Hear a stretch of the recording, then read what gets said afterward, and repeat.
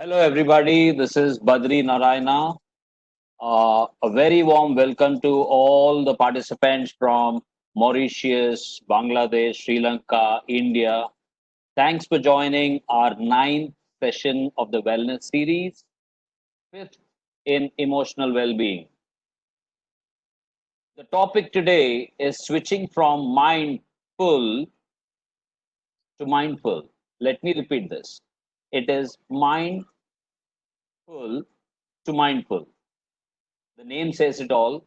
And to lead us into the session, we have Dr. Ranjini Manian, who's the founder of Global Adjustment, a premier relocation and cross cultural services company. She currently serves as the founder chairman of Global Adjustments Foundation, a charitable organization that has touched over 1 lakh lives in the last 4 years through her leadership programs for women.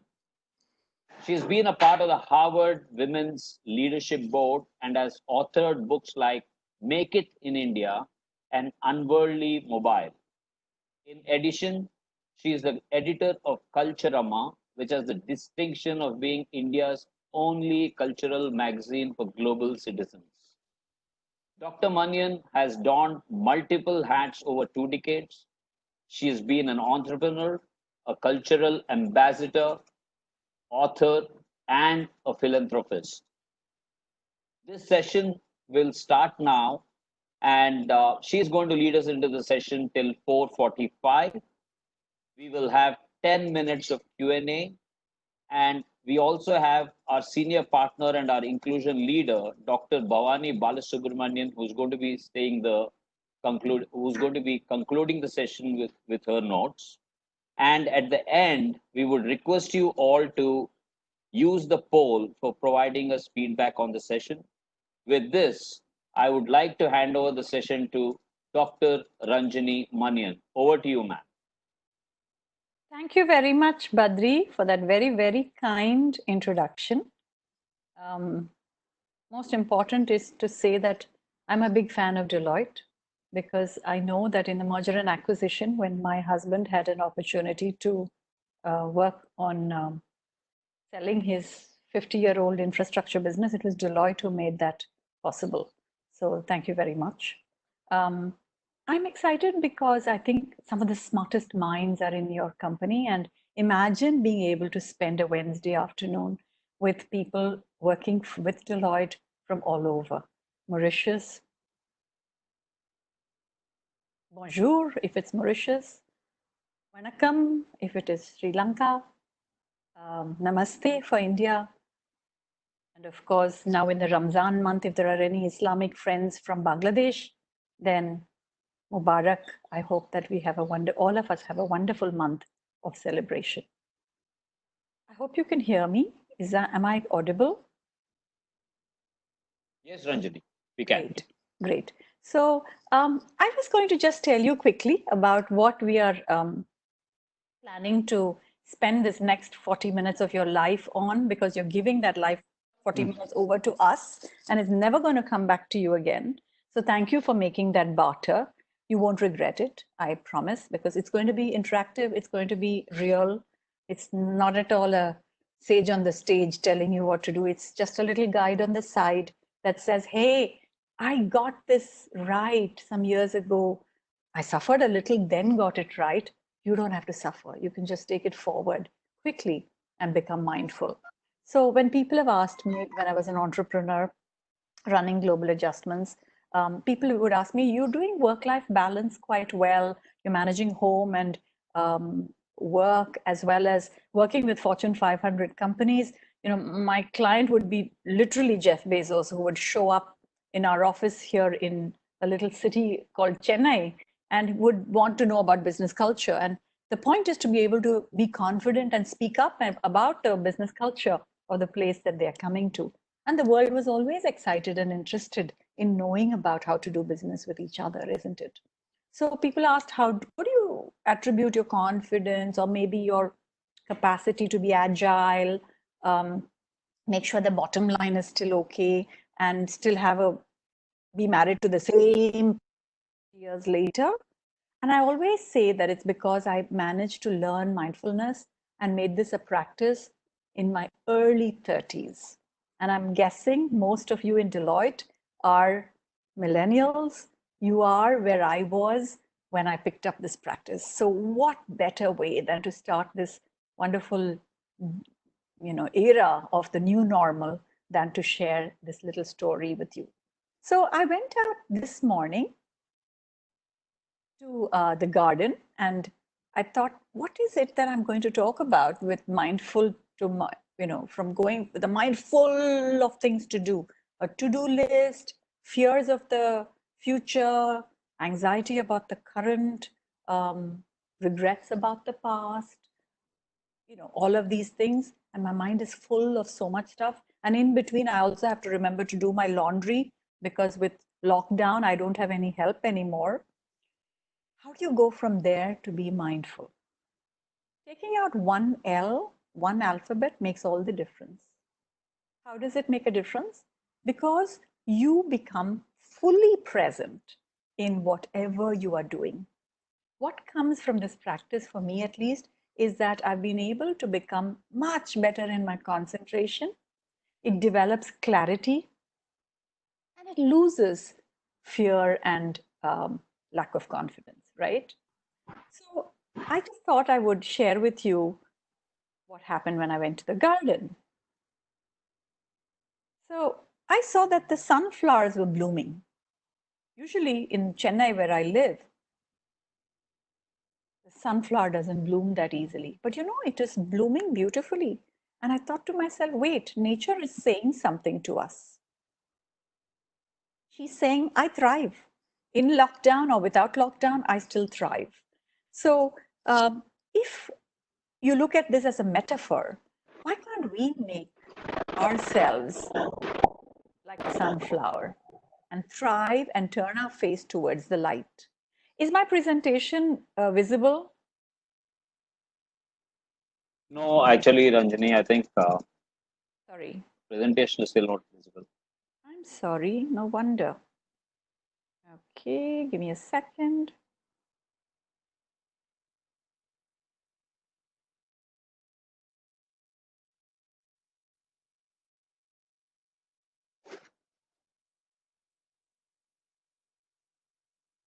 Sweetie, if you can, Yes, I found the share my screen and yeah, we can see it now. okay, cool. Thank you. I'm sorry to have lost a little time there. Yes, so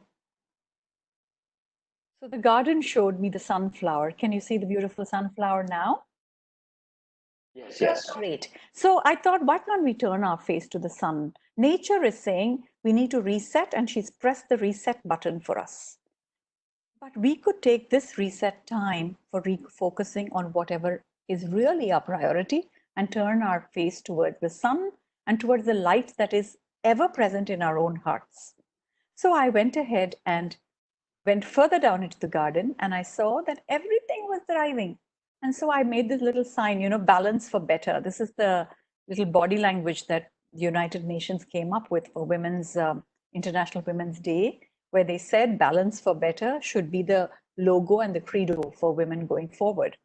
So we decided that this is the time to try to share with as many people as you to share both physical and emotional well-being as the balance. So what can we do for that? What happens to our emotions? Our emotional and physical balance, is that easy? I don't know. Emotional balance? I don't know. I think I should share a story with you because it was Buddha who said, you are a result of what you have thought. Everything that you've thought, that is why you are who you are today. So here's a story that a very wise man once told me, which has stayed with me and changed my life, which I wanted to share with you. Once a weary traveler was walking down the forest, and because she was tired, she sat under a tree and fell asleep. Under the same tree was a little snake.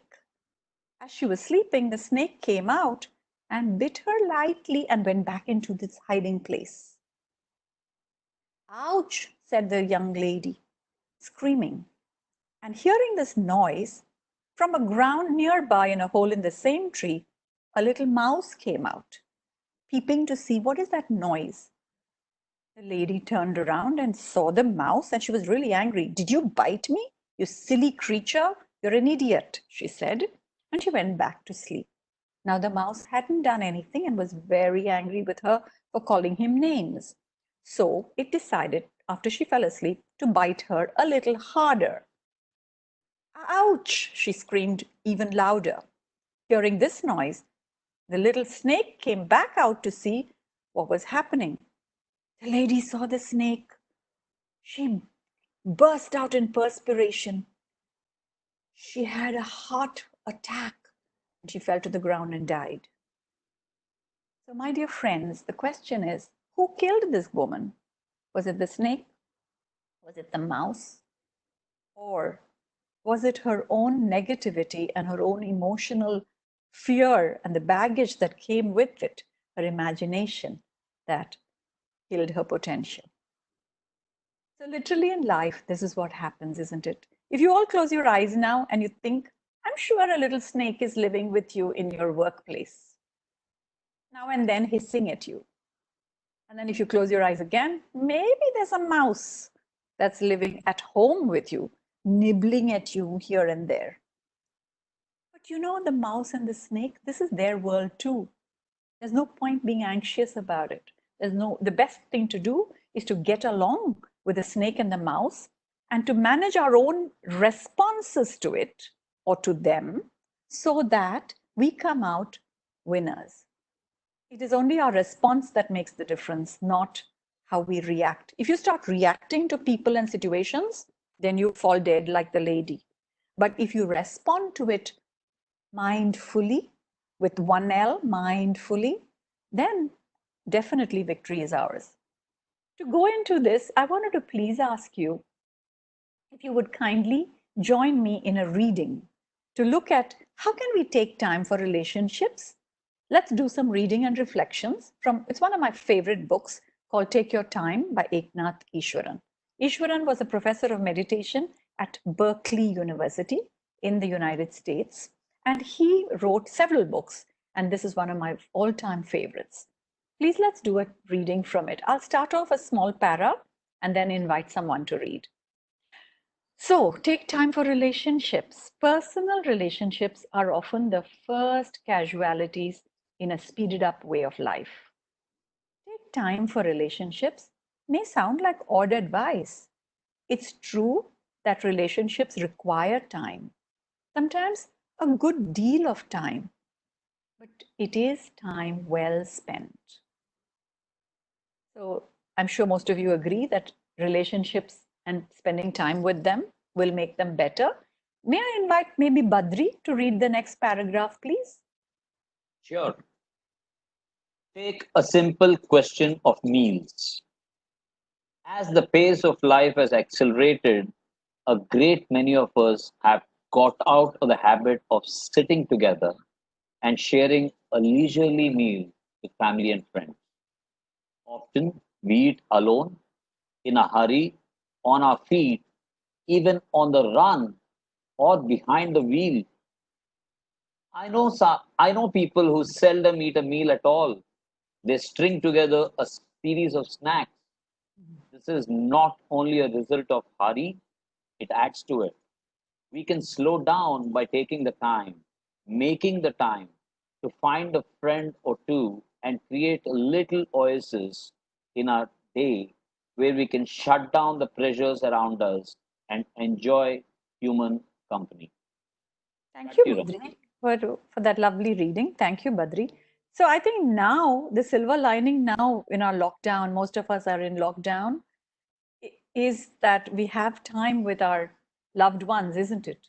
We don't live on snacks, but actually eat food, right? Badri, would you agree? Do you have a comment on anything that you read? Hot food on time, served fresh. With a dollop of love. And don't Yeah, forget to thank the lady who put it on your table. absolutely. Thank you. Yes, I think that's where that's the silver lining for us right now.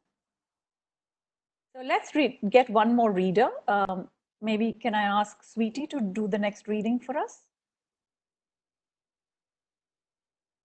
Sure, Ranjini, I'll do that. I hope I'm audible. I You will. are. Great. So, Yes, yes. eating together is considered a sacrament in many cultures. These simple bonds play a part in holding a society together. So, even if you live alone, arrange to share a meal regularly with friends and family. Carefully maintain and nurture personal relationships by getting together with friends to prepare and enjoy meals.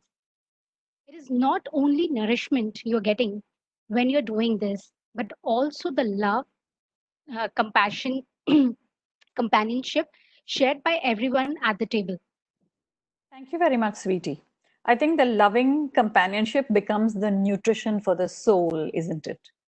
You get the nutrition of protein and all that from your food, and then for your inner core, the companionship, looking into other people's eyes, smiling and eating is great. So people who eat together in real time or in virtual time, they stick together. Food is a very big bonding chemical between people. Do you agree, sweetie? Have you got an experience to share? I am in complete agreement with this point, Ranjini. Ever since the lockdown, I am blessed to be staying in a joint family. And ever since the lockdown, we've been having all our meals together, be it breakfast or a simple cup of tea, Yes. and it's bonded us like never before. Great. And actually, when we sit down, we should absolutely look at the food with gratitude and thank people who put that on our table. So great. So let me ask maybe Carolyn to read the next reading, please. Or Anjani, personal relationships not only take time, they take quality time. This is especially true with children, where what matters is not only the number of hours we spend, but also the attention we give, the love we show, the extent to which we enter into the child's world instead of dragging him or her into our own. Schedules are fine at the office, but children have a sense of time that is very different and much more natural. They don't know about appointments or living in the fast lane, and we cannot make them understand. All we can do is hurry them along. Yes. So anyone here with children, does this make sense to anybody here? Bhavani um, or Caroline, anybody?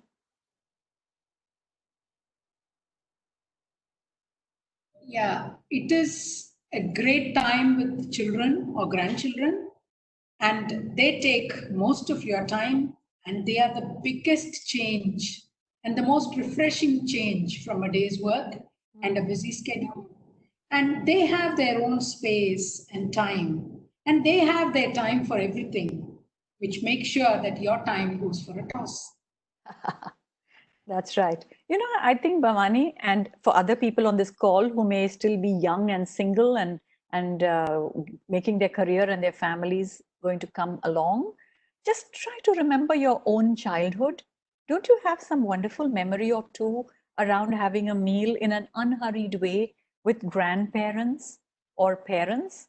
I think that is the specialty of connecting actually with your own inner pure self and your wisdom inside. If you just take the time to put your gadgets away 10 minutes and have a meal with loving companionship.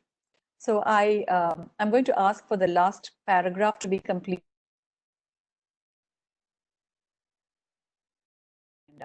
Who could read this? Would you want to read it, Lakshmi? Yeah, I'll read it. Hi everybody. We adults can learn to slow enough to enter their world. It's not their job to speed up and join ours. Where is the hurry? What period of life is most precious than childhood? If we understand its worth, we would devote ourselves to slowing down the pace of childhood instead of rushing our children out of it. The time we spend on our children while they are young will be more than repaid when they reach their teenage years. That's right. Thank you, Lakshmi. I think we make an investment by putting relationships, quality into relationships even if we can't give them quantity. So thank you very much. That was a reading from the book called Take Your Time, and many more such readings of good spiritual and inspiring work is available in this website called bmcm.org, which is a California website that I often turn to when I want to enrich my own soul. So having done that and having known relationships are important, why don't we look at two little mindfulness practices that I have done for the past 3 decades, 30 years, and it's really changed who I am and how I live. I would love to share these two tools with you. The first is to prioritize meditation first thing in the morning. So what is meditation? Everybody's like, I'll get to it when I'm 60. Can you leave me alone? I'm still young and happy. You know, it is not about when you will do it. The point is, you're only learning to train your attention when you meditate. You're training your mind to think the thoughts that you want it to think instead of it's hijacking you and taking you away. You know, sometimes somebody says something to you and you say something back that is rude, and you think, oops, I didn't mean to say that, but it just came out. Have ever had that experience? Yes. So to avoid that, our mind must be in our control. So we train our mind to be in our control when we use meditation. And the second thing about meditation, especially the one I'm going to please practice with you, if you allow me to, is that you become what you meditate on. So when you meditate on a positive aspect of life, then you become positive, even if the events around you are challenging. So that's number one. The other tool that helps is gratitude journaling. What is gratitude journaling? It is about taking a little journal and keeping it by your bedside. And again, the second time in the day, finding that me space and me time. First one is in the morning to sit quietly with yourself. And the second time is to write in a journal maybe 3 things that you're grateful for today. It might be a simple thing like, I'm grateful I had that wonderful meal at lunch with my friend. It might be something like, I'm very grateful that I have these nice eyes that let me see this beauty of the world. It might be something that somebody said on your behalf or somebody did something for you. 3 things. Thankfully, my Wi-Fi worked the whole time that I was doing the Deloitte program. That's something I'm going to be grateful for today. So, you know, it's all about finding 3 things. When I tell people every day you find 3 new things, they think, I don't know if I have so many things to be grateful for. But you know, if you keep this as a practice, you'll find that as you're interacting with people, you'll begin to think, oh, I should put this in my journal. And at that moment, you'll get gratitude for whatever is happening in front of you. So this is my gratitude journal, by the way, the picture I have there. I use only 5 minutes and I write 3 things. And sometimes I go back and look at what all I was grateful for. And when you're having a hard day, you realize that your cup has always been half full. And yes, there's a lockdown. Yes, there's an uncertainty. We're living in VUCA times. But you know what? We have food, clothing, and shelter. We have a forward career path. We have family that's healthy and so many things to be grateful for. But if you will allow me, the main part that I'd love to practice with you now is the first one, which I mentioned, a mindfulness tool called Passage Meditation. Please allow me to practice with you for just a few minutes an inspiring passage that we will go over slowly in our mind with our eyes closed.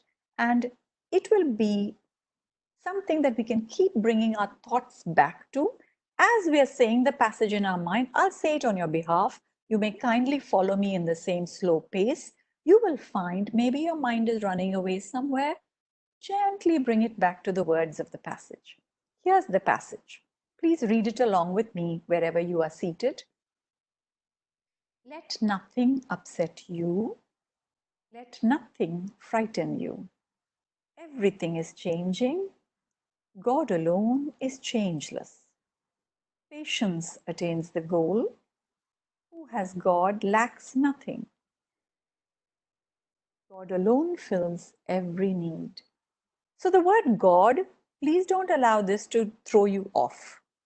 We are not calling some extraterrestrial creature far away in the Andromeda galaxy. we are referring to the very self, the very divine, pure spirit, the wisdom that we have in our own hearts. That's all we are referring to.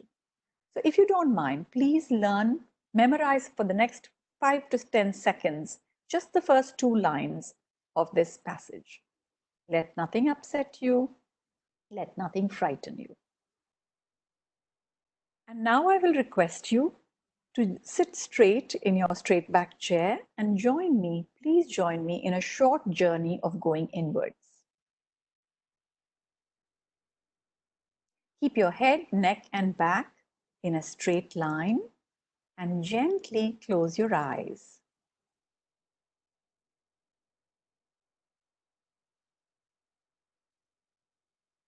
As you sit in this position, you may keep your hands placed open on your lap, open to all possibilities.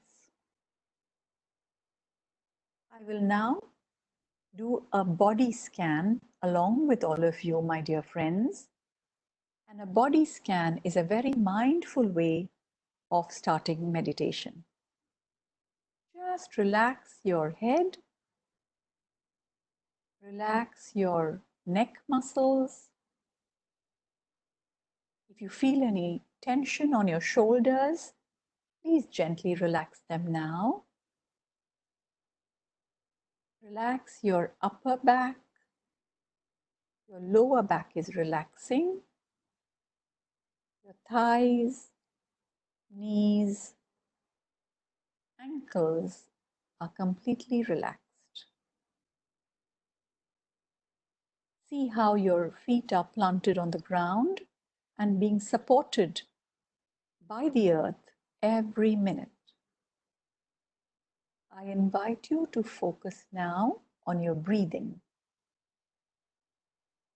Please inhale deeply and exhale slowly. Inhale love and compassion for all around you. And as you exhale, let go all fear and anxiety. Another couple of breaths. Inhale and exhale. If you hear any sounds nearby or far away, just be aware of them.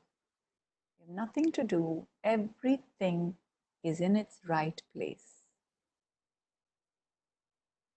Feel the cool wind on you or the warm air and just let it be. And now, please join me on the words of an inspirational passage.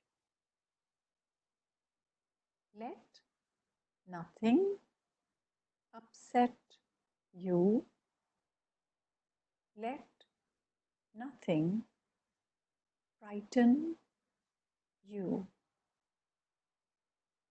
Everything is changing. God alone is changeless. Patience attains the goal. Who has God lacks nothing. God alone fills your every need. Pick up just the first 2 lines now and gently repeat them in your mind over and over to yourself slowly. Let nothing upset you. Let nothing frighten you.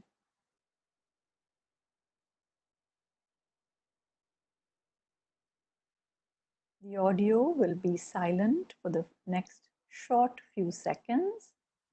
Just gently repeat to yourself in your mind, let nothing upset you. Let nothing frighten you.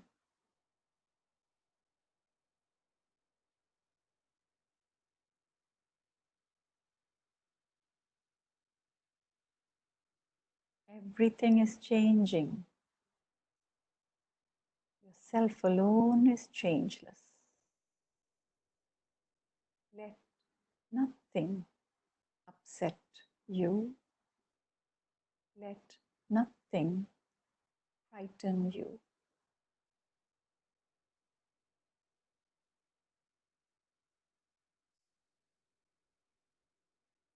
When you hear the bell, I invite you to open your eyes gently and greet the world with a big smile. Bring your attention back to your breathing now. Inhale deeply, exhale slowly. Bring your attention back to your relaxed body. Thank the body for supporting you with all its functions.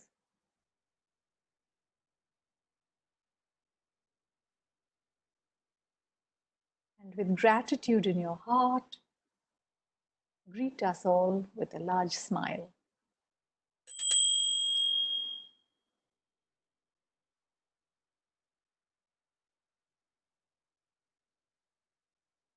Thank you, my dear friends, for allowing me to take you through a short journey in mindfulness and meditation.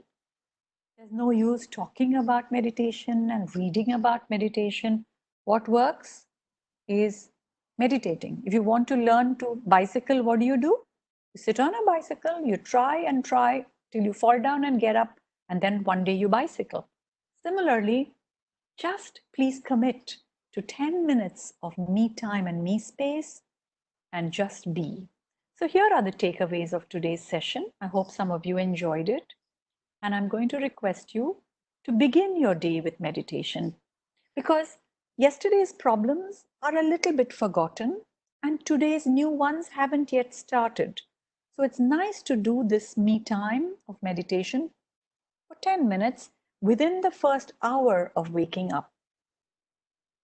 Ideally, within the first 20 minutes every morning.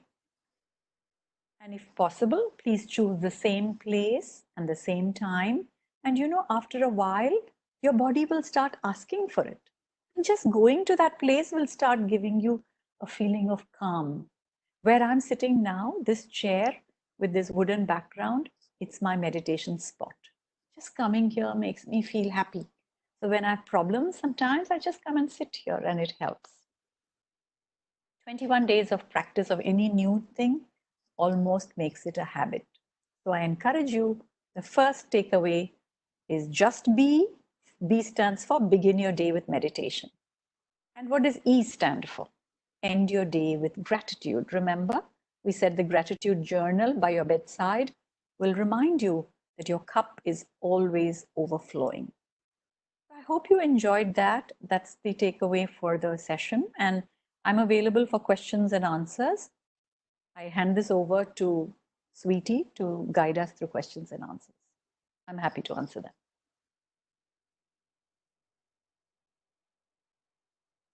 Thank you so much, Ranjani, for that amazing meditation. That was really nice, very relaxing, I think, to begin with. So I'll request participants to post questions if they need any, insight on the whole art of how to ensure that you are not mindful, but you are mindful. So if there's anything that any one of you wants to ask to Ranjani, please post in your questions in the Q&A section or in the chat, and we'll be more than happy to take them. And Meanwhile, Sweetie, Ranjani, I have yeah. a personal, I have a question to Sure, ask. sure. So how does one, do journaling? I mean, I've heard it a couple of times in my previous sessions, but I haven't really started it. So where should I begin with? Okay, so you need to take a book, a pen, and put the pen onto the paper and start writing. It's as simple as that. I'm not kidding. I'm not teasing you. When we say, oh, I have to find out the art of journaling, this, that, we just never get to it. It's about writing two simple, succinct sentences of what am I grateful for today? What is it that I'm glad I have? And just write it out and then put a little emotion into it. Like, I'm glad I had a great meal. So you put a little adjective into the sentence and you just say, thank you, nature, for allowing me to have air conditioning in the middle of summer. Whatever you decide, you just start it on a day to day. And again, it's a 21-day habit, sweetie. Please don't skip it. Try to be regular with it. Great. So what you're saying is it need not be a very, very life-changing event. Even a small thing about how great a meal was can definitely make it to the gratitude journal. And sometimes, sweetie, I just write, I woke up one more day now. How many wake up? That's a thing to be grateful for. So things like that. In this lockdown, even I have a home to work from. That's also a gratitude thing. So if you think about it, you'll find 50, 100 things to be grateful for.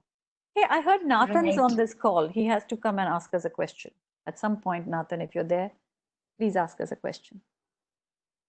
Right. So, so I do have a couple of questions that have come up in the chat and the Q&A section. So I'm going to pick up those questions. And meanwhile, I do see a couple of people pinging that they need to move to another commitment of their meetings. Thank you so much for giving us that heads up. Very helpful. Please do not forget to respond in the polling section to give your feedback before you move on to your other commitment. So great. I think that there are quite some questions. So I'll quickly start reading them up for you. The first one is from Neeru. It says how to deal with trust, people who are opportunists. So we come across a lot of people who are opportunists on a daily basis. How do you deal with such people? So, I'm going to leave the stay in touch slide if anyone is leaving this meeting, just to tell you that if people didn't get a chance to ask a question and they'd like to be in touch and know more, we also have audios like I just did today available on our YouTube channel of Champion Woman, and people are welcome to try it if it helps to guide them starting their practice. To answer Neeru, opportunists and people who ask for something from us without really wanting to give something back to us. There are all sorts that make the world. Remember my story of the mouse and the snake? They're either the mouse or they are the snake. They'll slip away after doing something and not take care of you, or they'll bite hard when you're not looking. But whichever one it is, the truth of the matter in a mindful life is you cannot change others. The only person you can change is yourself. So if there is something that we want to respond to that is good in them, respond just to that. And whatever you don't appreciate about it, have the courage to say, actually don't appreciate X, Y, and Z that you said. Could you please be careful about it? Remember, change is constant. They might change, but more importantly, we can change. I hope that helps you, Neeru. I see a question from Ashish. How can I be mindful while reading? Is that a good one to answer? So, sure, I was going to take that up next. So please go ahead. Okay. So, Ashish, you know what we did today? You saw the reading we did today? That's called absorbed reading. Many times we read so fast that after reading the whole page, we don't know what it is and we have to go back to the top of the email and read from the first word. Have you noticed that? The way to stop that is to do the practice which we just now practiced together. Every evening before dinner, my husband and I do some mindful reading. That means you share the reading, you read a para, I read a para, and then we just talk about this line or this word that worked for us. As you do this practice, this is a self-improvement practice, you'll become very good at concentration even when you have to read work-related emails and project reports and whatever else we need to. So I hope that helps you, Ashish. Great. We'll take the next question from Raj Mehta. It's the question is on how to handle stressful situations while being calm in such situations. Yeah, the heart starts fluttering, the BP shoots up. These things happen, right? Have you all felt what I feel sometimes these days? Because I don't know when lockdown is ending. I have a knot in my stomach, a little tight knot. Suddenly it comes there. I don't know if you, I'm sure many of us share this feeling. That's stress, because stress comes out in the physical body. The way to do it is to do two things. One is to go out for a long walk. And since you can't go outside, just learn to do it through a Zoom class or marching on the spot, or if you have a terrace to go to, and just repeat to yourself a calming word. Because this anxiety and fear of the unknown can stress you out, make yourself calm. You need a calming word that you pick up from your own faith, if you like. For instance, if you're from the Islamic faith, Allah, Allah, Allah itself is a beautiful calming word. Rama, Rama in Hinduism is a calming word. You could use a word like Jesus if you're Christian. So that word, you start saying it to yourself whenever you're anxious, stressed, fearful. And what happens is, if you have said it long enough when you're doing mechanical things, then when the fear situation comes, this comes to you automatically from your subconscious. We live only one level consciousness, and below that we have 7 layers of subconscious mind. Your subconscious mind needs to pick up a peaceful word that comes to your rescue. I hope you can try that.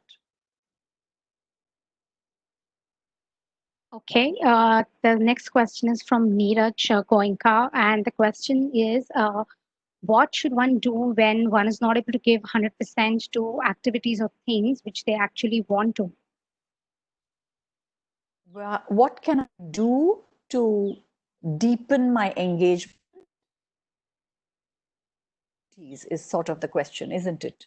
What can I do to make sure that I give my 100%? 100%, Okay. yes. Okay. So I think getting into any work situation or home situation, this is a skill that we have to learn to teach ourselves. And mindfulness is the answer. So here's a practice. Suppose you're listening to someone. When is the last time that you listened with your eyes, ears, mind, and heart? That means you listened, you looked at them when they were talking, and you followed what they were saying mentally, but you also felt the same emotion that they were saying it with. It's practicing things like this. When you practice to be fully present with what you have to do, your output comes out 100%. It's all about practice, practice, practice.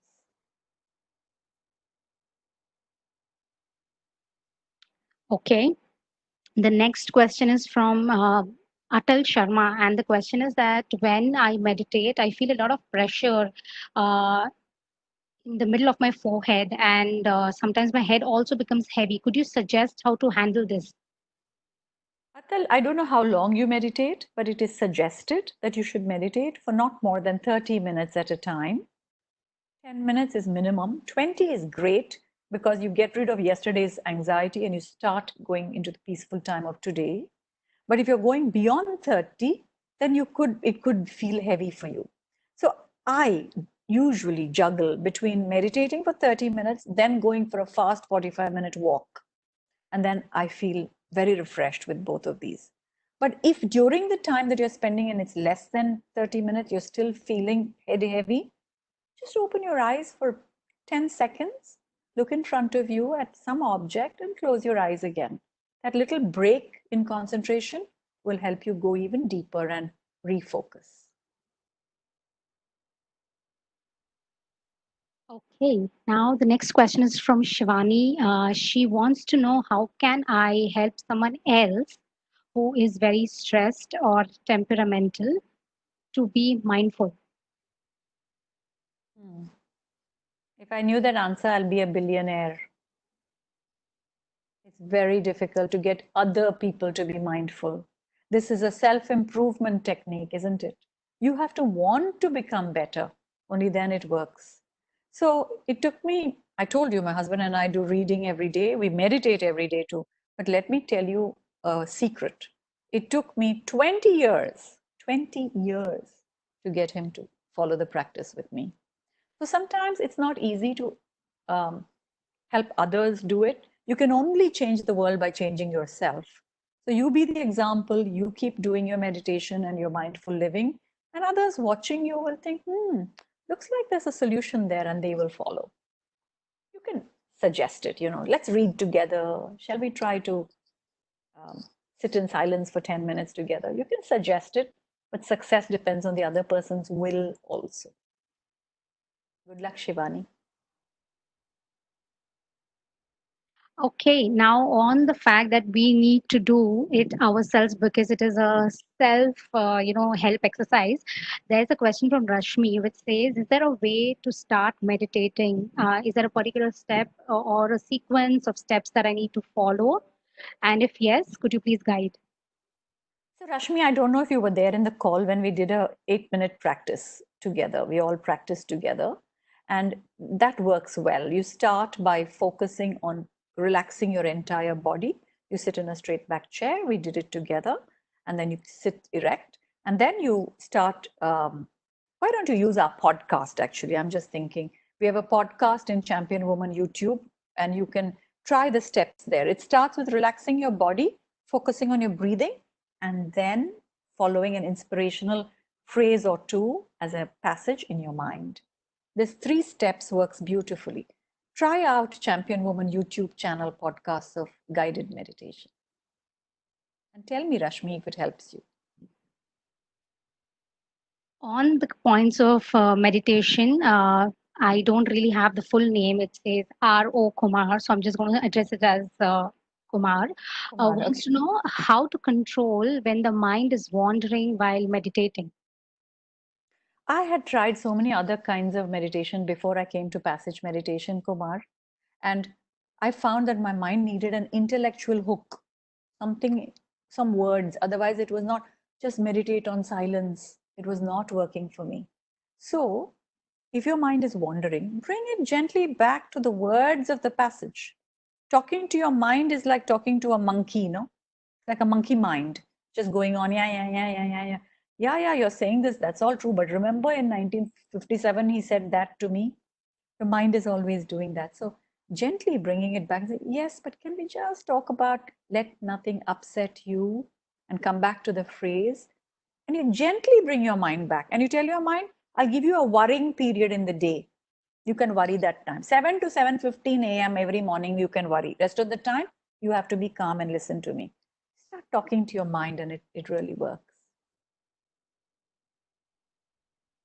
Okay, next question from Saurav Manik is how does gratitude impact us? We've been talking about gratitude journaling, and I'm assuming it's coming from there. So, how does it impact us?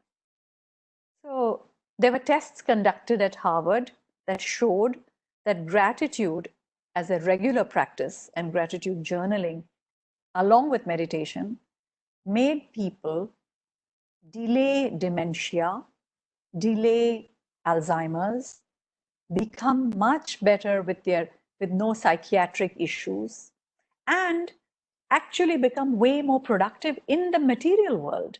So doing meditation or gratitude doesn't make you a saint. You're not giving up the material world. Please make lots of money. Please make name and fame, but do it with happiness, right? That's what helps, Saurav. I hope that you try gratitude, because suddenly you just, your shoulder, the burden lifts off your shoulder and you become happier. That's all. So there are a couple of questions overlapping on the whole thing about the mind overthinking, the mind wandering. So I'll just pick up one question, and I'm requesting everyone else who's posted it to really try and draw as much they can from this response. So Moin Hussain wants to know how to stop overthinking. And before I go off to sleep, I keep thinking about the changing times, and sometimes I regret handling a situation in a particular way, and hence looks like I'm unable to focus in meditation. How can I handle all of this? Mm. Overthinking has become a part of our DNA these days. It seems to be part of the way we live.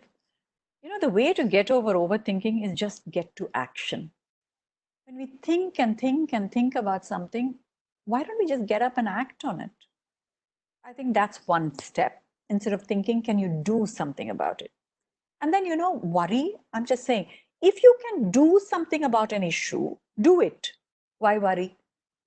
If you can't do something about this issue, then why worry? You can't do anything anyway. So that way, there's no point overthinking it. We will know whether this is possible or not, sort of almost intuitively, and overthinking just prevents us from acting. So go ahead. Like right now with the lockdown, what's the point of overthinking and going way into the future? Let's live today fruitfully and in the company of positive people. That helps. Overthinking gets nipped in the bud if you're with positive people. Find friends that have positivity around them. And even if it's a virtual meal that you're having with them, take the time to do that. My friend's daughter lives in New York, and she has a virtual meal with her family here because she is in such severe lockdown there that it's easy to overthink and worry about what's going to happen. So I hope that helps. You know, the Nike tagline, just do it. We say just be. Great, great. What is a good time for meditation? Is a question by Nitesh Jain. What is a good time to meditate? Earlier in the morning is always a good time. You don't have to wake up at the crack of dawn. Anytime you wake up, within 45 minutes of waking up, if you could kindly sit in silence and take that me time, it greatly helps. But if for some reason you've skipped it, that morning you had a headache, no problem, find another little slot. But tell your mind, hey, no dinner for you tonight unless you prioritize 10 minutes of me time. It's all about self-care and self-love, isn't it? People will love you only if you love yourself. So take the time for yourself. I almost say be selfish. It's okay. Be selfish. Take the time for yourself. Okay, I think we're running against time. We have a couple of more questions. The next one is from Krina Merchant, and the question is, how does an individual control mood swing? One of the best ways to control mood swings is to use your breathing techniques. I'm sure some of you have heard of yoga and you know about pranayama, the capability of uniting body and mind through breath is actually yoga. So look it up online and it's very simple. There are many yogic breathings, but there's one simple golden one that helps you prevent mood swings, and that is alternate nostril breathing. You close one nostril, breathe through the other, exhale through this, breathe through the left, and exhale through right. Look it up on YouTube, it's available, and it does help mood swings. And if you're very moody and very upset, take a book. My gratitude journal also has a part of it where I write down whatever I'm feeling. And then I forget about it. My problem is in that book, and then I forget about it. And then I start writing the gratitude instead. Great. So on the lines about you mentioning of practicing pranayam yoga, I would just want to, call it out to the larger audience that we are also having live virtual sessions being scheduled as a part of the firm's initiative for your well-being and fitness. Please go through the schedules that are getting published every day and take time out to either attend sessions in the morning or in the evening. There are a lot of variations on yoga, pranayam, meditation. It also includes Zumba, Pilates. So anything that works for you, please log on to the session, and it's a very, very easy way to exercise and ensure that you're staying fit, and that should be helpful. There's one more question that we'll take, and then I'll hand it over to Bhavani ma'am to conclude. So the question is, how does one handle relation or colleagues who are always judgmental? How do you handle a colleague or a relative who's judgmental? So, first step, understand that it's their problem, not yours. They have the problem of guessing that you are X, Y, or Z. So, why should we suffer for somebody else's emotional problem, right? So, I'm not sure that we even need to look at their perceptions as reality. If he called you an idiot, then are you an idiot? Then you should worry about it and fix it. But he called you an idiot, he judged you as an idiot, and you're not an idiot. What do you care about it? So you should be able to brush it off. And the way to do that is to have a lot of self worth as part of what you build every day into your life. Self-worth gets built if you live a life of purpose. If you feel, oh my God, every day I'm contributing, either materially or spiritually, physically, or in some form to the planet, to profit, and to people, those three P's, people, profit, planet. If you are living a life of purpose, your self-worth will go up automatically. Then judgmental people are no problem at all. You can just let them do their own talking and it won't affect you. Buddha says, nobody can upset you. You have to make yourself unupsettable. So good luck with that. All our dear friends of Deloitte, make yourself unupsettable. Thank you for leading us in the world through your wonderful consulting services and all that you bring to grow the planet. And I'll So thank that question came in from Gayatri. Sorry, I missed out on reading the name. I think this is one interesting question, Ranjini. I think we should definitely take this up. How about this is coming from Abhilash Verma? How about writing a positive criticism received during the day in the gratitude journal? At times, it becomes hard to accept it in the positive spirit. Yeah. So who was this? Who asked this question? It's a great question.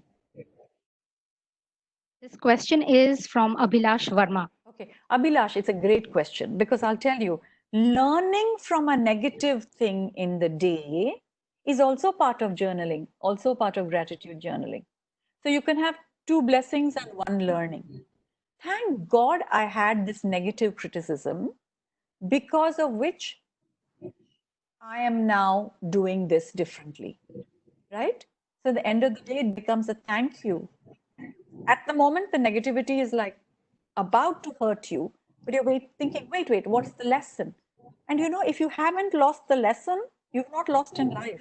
So, Abhilash, that's a great question. Add it to your journaling anytime you come across a negative thing when you learn something good from it. Okay, so I do see a couple of questions coming in, folks. We need to wrap up the session. So I'm requesting everyone to please send in your questions. The coordinates are mentioned here on the screen. You can reach Ranjini directly. In case you need us to help you get a response from Ranjini, please write to me. My name is Sweetie Bantia. You can write to my colleague Caroline Jacob, or you can write to the In Wellness mail ID, the mailbox from where you keep getting regular session invites, and we will get your responses from Ranjini and circle back to you. With this, I will hand it over to Bhavani ma'am to conclude today's session.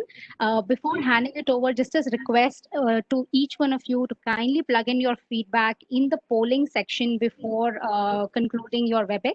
That will help us gather a quick feedback of how you found the session. With that, I'll hand it over to Bhavani ma'am. Thank you.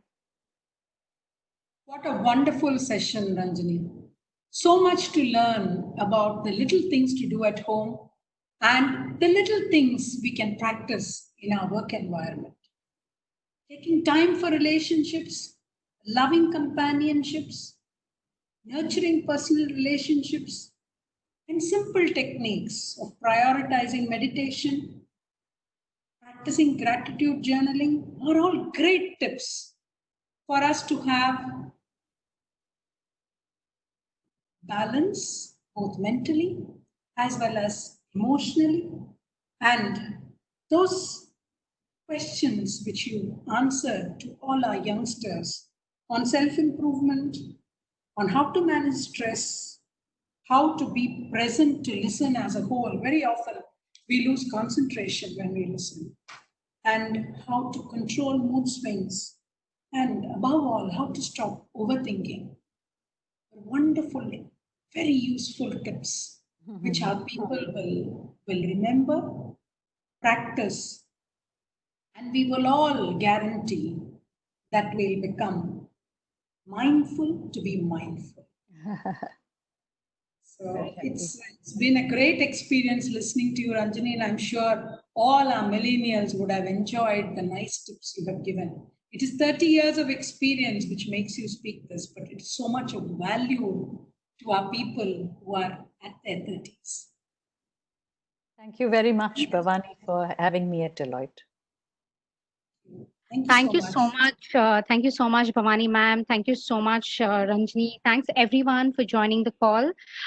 We look forward to your active participation in the sessions that we are scheduling the week next week and the week after.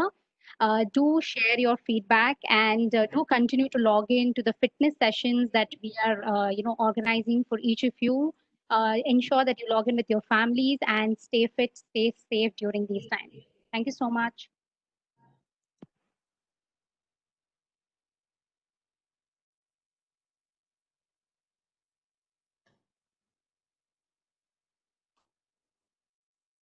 With me if you can.